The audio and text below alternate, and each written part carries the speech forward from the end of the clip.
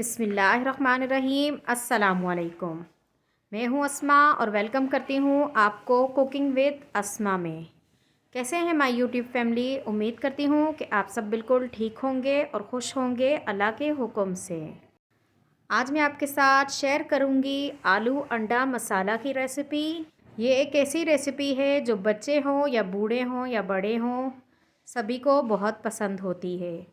Video अगर थोड़ी भी पसंद आए तो प्लीज़ लाइक कर दें और कुकिंग विद अस्मा को सब्सक्राइब कर दें। बनती तो ये डिश हर जगह होगी, लेकिन आज हम बनाएंगे बहुत ही आसान तरीके से। बनाने में बहुत ही आसान है और खाने में बहुत मज़ेदार। चलें बिस्मिल्लाह पढ़कर बनाना स्टार्ट करते हैं, वो भी मेरे स्टाइल से। सबसे पहले छोटे साइज़ के 5 आलू ले लिए हैं, जिनके एक आलू के 4 से 5 पीस बना दिए हैं। आलूओं की कटिंग करके पानी में डाल देंगे। 4 अदद दरमियाने साइज़ के प्याज थे, जिन्हें चॉप कर दिया है।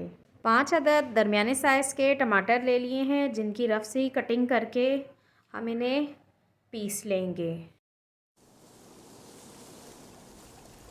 मसाला हमारा तैयार है। चूल्हे पर पतीली रख दी है। अब इसमें तेल डाल देंगे आधा कप, और तेल को 2 से 3 मिनट तक अच्छे से गर्म कर लेंगे।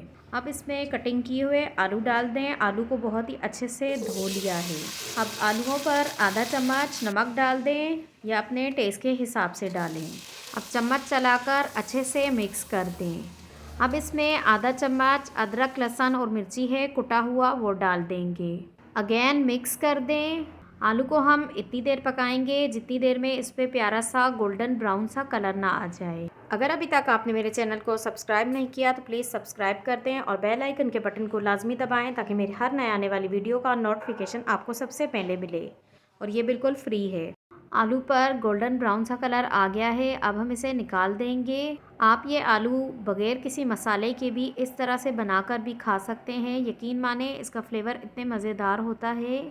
अब हम इसी तेल में प्याज डाल देंगे और प्याज को इतनी देर पकाना है जितनी देर में प्याज का कच्चापन ख़त्म हो जाए और प्याज़ों पर हल्का सा गोल्डन ब्राउन कलर आ जाए।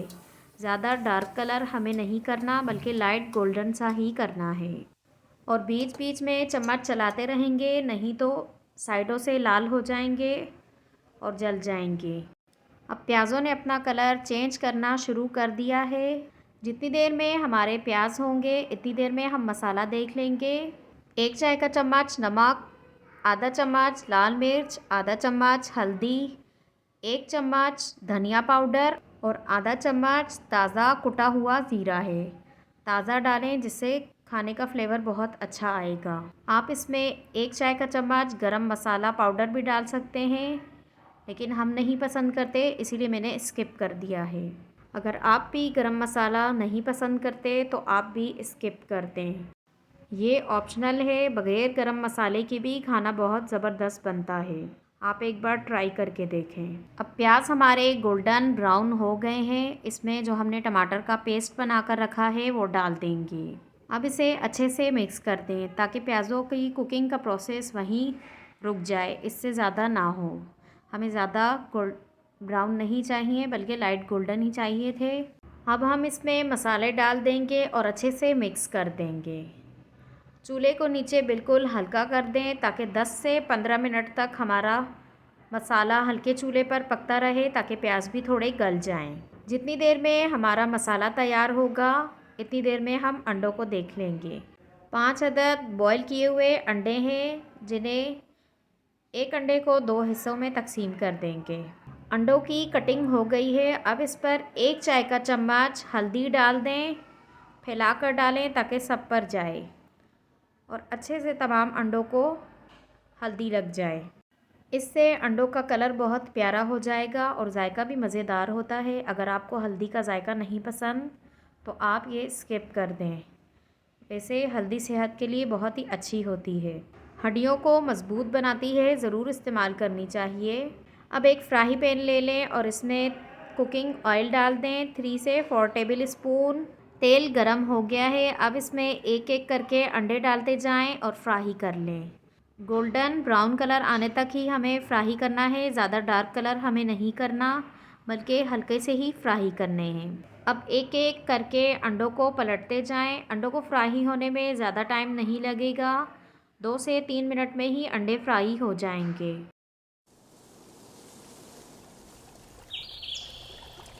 अब अंडे फ्राई हो गए हैं, प्यारा सा कलर आ गया है। तमाम अंडों को निकाल दें।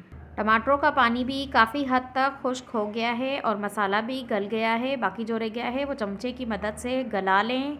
अब इसमें हम फ्राई आलू डाल देंगे। आलू हमारे 50% तक गले हुए हैं और 50% हमें अब गलाने हैं। तो ढक्कन बंद करके हमें इसे 5 से 7 मिनट तक हल्के चूल्हे पर पकाने हैं। अब ढक्कन खोलकर चेक कर लें कि आपके आलू गल गए हैं या नहीं गल गए। अगर आलू ना गले हों तो थोड़ी देर और पका लें। अगर गल गए हैं तो 3 से 4 मिनट तक अच्छे से भुनाई कर लेंगे। आलू और मसाला दोनों गल गए हैं और तेल भी निकल आया है। बहुत ही अच्छे से इनकी भुनाई भी हो गई है। अब हम इसमें अंडे डाल देंगे जो हमने फ्राई करके रखे हैं। अब इन सबको अच्छे से मिक्स कर दें। अब इसमें आधा ग्लास पानी डाल दें और तेज़ चूल्हे पर ही 2 से 3 मिनट इसे पकने दें। तमाम चीज़ें हमारी गली हुई हैं, अभी हमें इसे ज़्यादा नहीं पकाना, इसीलिए हम तेज़ चूल्हे पर ही पकाएंगे ताकि पानी आधा खुश्क हो जाए और आधा रह जाए।